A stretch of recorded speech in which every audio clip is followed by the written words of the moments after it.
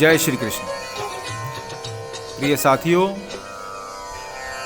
भक्त चरित्र के क्रम में आज हम भगवान रणछोड़ जी के प्रिय अनन्य भक्त रामदास जी की कथा कहने जा रहे हैं। कृपया ध्यानपूर्वक सुनिए। भक्त रामदास द्वारिका से 7 कोस की दूरी पर डाकौर नामक गांव में रहा करते थे। रणछोड़ भगवान के मंदिर में प्रति एकादशी को जागरण, कीर्तन आदि उत्सव का आयोजन होता था। उसमें वे नियम पूर्वक भक्ति भाव से सम्मिलित होते थे और भगवान के दर्शन से अपने तन, मन और बुद्धि को पवित्र करते थे। भगवान रणछोड़ ने एक बार उनके सामने प्रत्यक्ष प्रकट होकर के कहा कि रामदास, तुम अब वृद्ध हो चले हो। तुम्हें 7 कोस आने जाने में जो कष्ट होता है वह मेरे लिए भी नितांत असह्य है। अतः भक्त रामदास, तुम अब इतनी दूर मत आया करो। भक्त रामदास तो भगवान की रूप माधुरी में इतने तल्लीन थे कि उन्हें बाह्य ज्ञान कुछ था ही नहीं। आने जाने वाले प्रश्न ने उनको तनिक भी चिंतित नहीं किया। भगवान ने कृपा पूर्वक उन्हें दर्शन दिया है। इस बात को सोच सोचकर वह प्रेम से विवल हो रहे थे। भगवान के अंतर्ध्यान होते ही उनके वियोग में रामदास के प्राण छटपटाने लगे, अंग अंग सिहरने लगा। अब तो उनका निश्चय और भी दृढ़ हो गया था। वे समस्त सुखों को तिलांजलि देकर दुगने उत्साह से जागरण महोत्सव में आने लगे। वे किसी भी मूल्य पर भगवान का दर्शन और कीर्तन का आनंद छोड़ने के लिए तैयार ही नहीं थे। भगवान से भक्त रामदास का एकादशी जागरण में आना और ना सहा गया। भक्त को सुख और आनंद देने के लिए उन्होंने रामदास के साथ डाकौर चलने का निश्चय प्रकट किया। भगवान तो सच्ची निष्ठा और प्रेम के भूखे होते हैं। उन्होंने रामदास को कहा कि तुम गाड़ी लेकर के आओ और मेरे विग्रह को अंकवार में भर उस गाड़ी में लिटा देना और यथाशीघ्र ही डाकौर पहुंचने का प्रयत्न करना।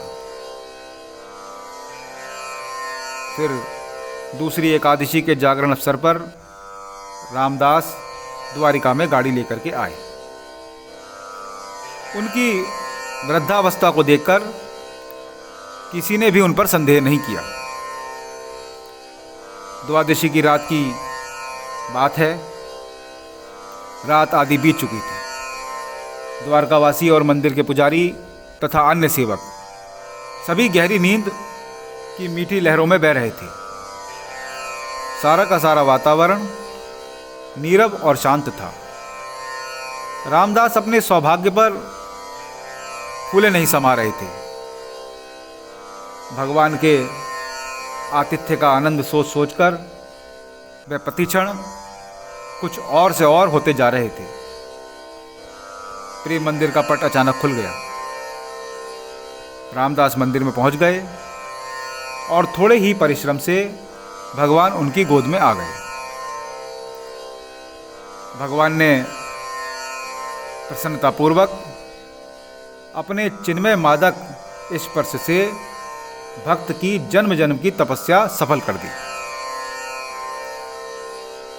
अब गाड़ी द्वारिका से बहुत दूर निकल गई।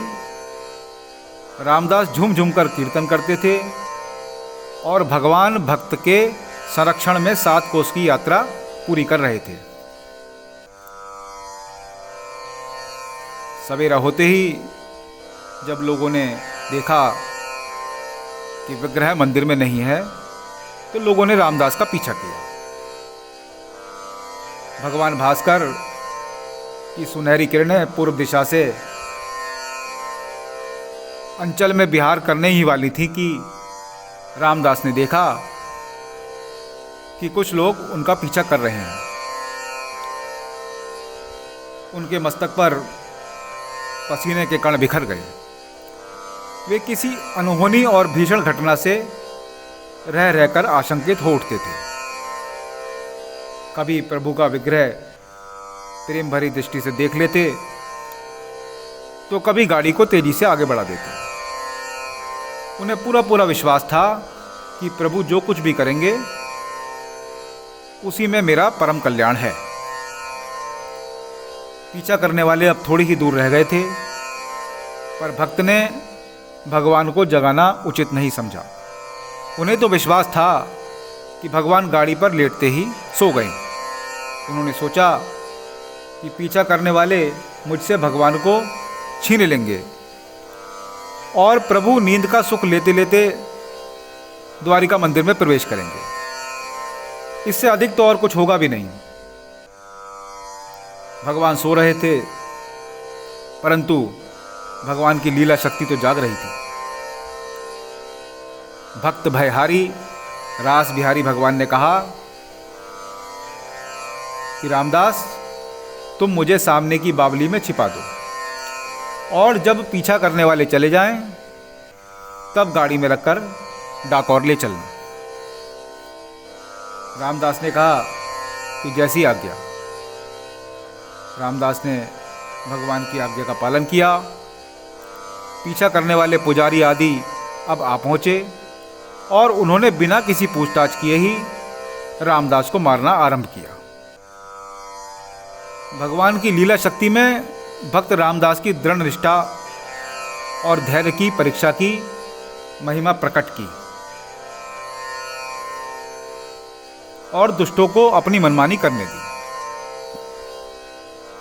पर उनके दंड के ही माध्यम से भक्त के शरीर का स्पर्श उनको मिल चुका था। अतः उन सभी में विवेक जाग उठा। फिर गाड़ी में भगवान का विग्रह ना पा करके उनके पश्चाताप का पारावार उमड़ आया। उन्होंने रामदास को पीटकर महापाप और भीषण अपराध कर डाला था। उन्होंने देखा कि सामने की बावली का पानी खून से लाल हो गया। सत्संग का प्रभाव तो मन पर था ही, भगवान की लीला शक्ति ने अपना काम किया। वे सभी प्रभु का विग्रह बावली से बाहर निकालने लगे और अपने किए पर पछताने लगे। भगवान ने दर्शन दिए। भक्त रामदास प्रभु के घायल शरीर को देखकर कांप उठे। मेरे कारण मेरे प्रभु को इतना कष्ट सहना पड़ा। उनका हृदय हाहाकार कर उठा। भगवान ने कहा कि मेरा भक्त मेरी आज्ञा से मुझे ले जा रहा है। मैं तुम्हारे संपर्क में अब नहीं रहना चाहता। मेरी दूसरी प्रतिमा जो अमुक स्थान पर है, मंदिर में स्थापित कर भक्ति और प्रेम से अपना अंतःकरण पवित्र करो। इस महान अपराध का यही प्रायश्चित है। भगवान ने रामदास को आज्ञा दी कि मेरे तौल के बराबर इन्हें सोना दे दो। पर भक्त अपनी दरिद्रता और असमर्थता पर कांप उठे। उनके पास सोना तो था ही नहीं। फिर भगवान की आज्ञानुसार उन्होंने अपनी पत्नी की कान की बाली पल्ले में रखी। उस हल्की सी बाली का वजन इतना भारी हो गया कि भगवान की प्रतिमा उसमें तौली गई। पुजारी तथा अभक्त दुष्ट अपना सा मुंह लेकर के 9-2-11 हो गए। भगवान ने अपने भक्त की लाज रख ली।